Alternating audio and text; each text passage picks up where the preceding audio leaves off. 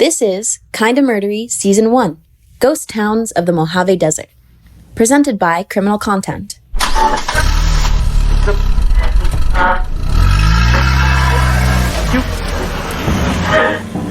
You're rocketing down the 15 freeway between Vegas and LA.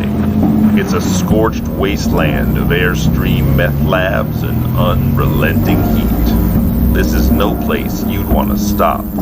But the car's on fumes, so you take the exit and you pull up to the gas station. It's abandoned, a concrete canvas that some local Michelangelos turned into the Sistine Chapel of spray paint penis. A grave marker for every crazy story lost in the desert sands. These are the ghost towns of the Mojave Desert. And this is Kinda Murdery.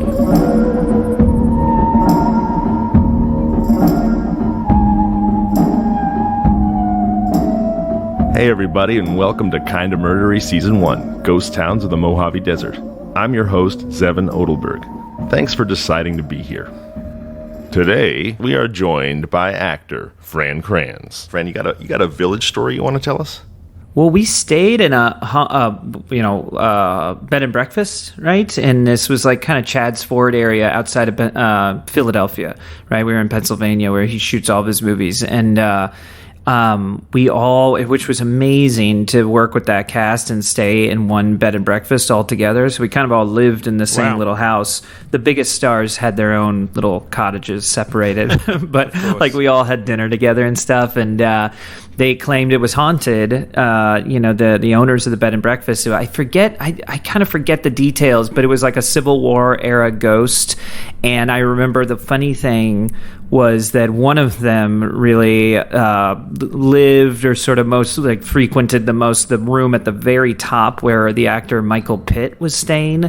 And if you know like who Michael Pitt is, it's just kind of funny. He was in the haunted room, and it was like the attic, so it was one of those, or the top of it. So it was not like a great room to have. So it was all kind of funny. He was up there, but I do remember because I kind of, for whatever reason, the schedule.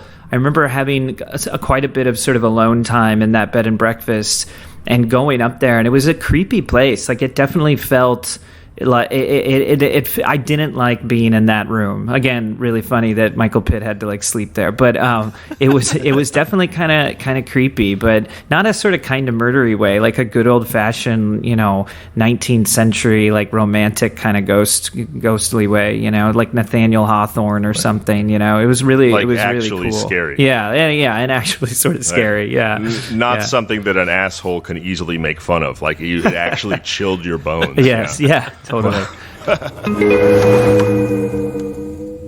So, Fran, Adam is a huge fan of Cabin in the Woods, and you might be the killer, as we all are. And I know there are a couple questions he's just been dying to ask you, so I'm going to go ahead and hand it off to him. Take it away, Adam. Well, yeah, I was just going to say, between Cabin in the Woods and then also You Might Be the Killer, you've been in two horror comedies, but ones that actually specifically seek to sort of deconstruct the genre. So, yeah, one, what is it that draws you to this kind of story? And two, what is it like to have been both a would-be victim and then also be the killer? Yeah, that's a great question. I liked that stuff growing up, and I always liked horror films and action movies. I remember going to video stores and looking at the back of the boxes for like the craziest looking film, like the goriest stuff or like I was into that, all that kind of like blood and guts and, horror sci-fi and also, comedy. And I typically kind of, that's sort of how I get cast a lot, and especially in film and TV is in sort of a more comic role. So I guess they've naturally come together, just kind of like my own interests. It would be fantastic to play like a kind of a dark killer, serial killer, something like truly kind of, a little more dramatic and heavier, because I think, and You Might Be the Killer, it's like this sweet sort of, goofy guy who sort of gets possessed, right? So It's like a little different, but it was definitely fun to sort of get behind that mask and play like the torment of it all. Like that was really sort of fun and exciting. And that was just a cool kind of fun movie to be on. I mean, that is very murdery. No offense to Louisiana, but that whole state is kind of murdery, let's be honest. And we were, I mean, that really fits your definition. I mean, like New Orleans is an amazing city, but it's like, that's like a garish place. Like I'm just thinking of like your actual definitions, but no, we were outside. We were much further away. We were in Lafayette, and like I would drive to and from, set, from the hotel to set, at these very odd hours, like dusk and dawn, basically, in the sort of outskirts, out in the kind of, it wasn't quite bayou, but you know what I'm saying? It was, Louisiana country, and it's really kind of back roads and creepy homes, kind of cool, beautiful, but like a lot of them sort of, and they were all like had a kind of murdery quality, but I will like never forget the final sort of road. It was, dirt road, the last sort of house before we got to the set. The last house was like, it's not a mobile home, but what are those houses, the homes that are like literally carried down the highway? Like they're like houses on stilts or whatever. It was as if it was just dropped there in a field. Like there was no sort of driveway. I mean, it was like, it's like, obviously like there's poor areas in the state and whatnot. And it was just this house placed in like a field, no driveway.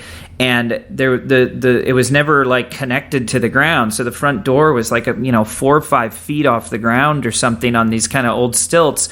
Like obviously like no real plumbing, and like and I remember there was like a kiddie pool like out front on the sort of in the field, like a few feet just kind of lingering there. And every now and then I'd see like this young kid out on the front like door stoop, like his legs hanging down, just like sitting out like smoking cigarettes. And and sometimes that'd be at like 5 p.m. and sometimes that was at like 5 a.m. And I just was like, how old was the kid? It was hard to tell. I never got like a totally good look at him, but yeah, he struck me as like early teen kind of thing, like young, pretty young. But yeah, that place that house really stuck with me. And then the set itself was it was not abandoned. It was just not in use. An all girls summer camp, which is like, just make it co-ed, like just why make it like a bigger target? Like why all girls, like don't it's put just all your eggs in one basket, so to speak. And like that had a sort of creepy vibe to it. And because people ask, like, is it scary to make horror films? And generally, no. Film sets are boring and not glamorous or anything. Generally, no. But I remember that, we'd be out in the woods and they'd have the little ATVs that would take you back to sort of base camp or whatever. And sometimes you just didn't want to wait or whatever. You wanted to take a walk. But then next thing you knew, you were in the sort of like woods of Louisiana with these like abandoned looking cabins of an all girls summer camp. And, that definitely got really scary. There'd be times I was like, oh, next time I'm waiting for the ATV. Yeah. The fact that it was an all-girls summer camp just intensified the feeling where you were just like, I do not belong here. This place is not me. Yeah. Wow. Yeah, but it was super scary. But yeah, I'm supposed to work with some of that team on another movie that's just like a very like COVID sort of storyline of someone kind of losing their mind in a bunker and like a fallout shelter. So that could be fun. That's called Half-Lives. Thanks to everybody for taking the time to listen to us, and for Adam Volrich, Sean Christensen, and the always awesome Fran Kranz. I'm Zevon Odelberg, and this has been Kinda Murdery. This is Kinda Murdery, Ghost Towns of the Mojave Desert, presented by Criminal Content. You can find us online at kindamurdery.com and on all social media at kindamurdery. Email us at contact@kindamurdery.com. Listen to us on all your favorite podcasting apps: Apple Podcasts, Spotify, Overcast, Google, and more. Don't forget to rate, review, subscribe, and tell your friends about the show.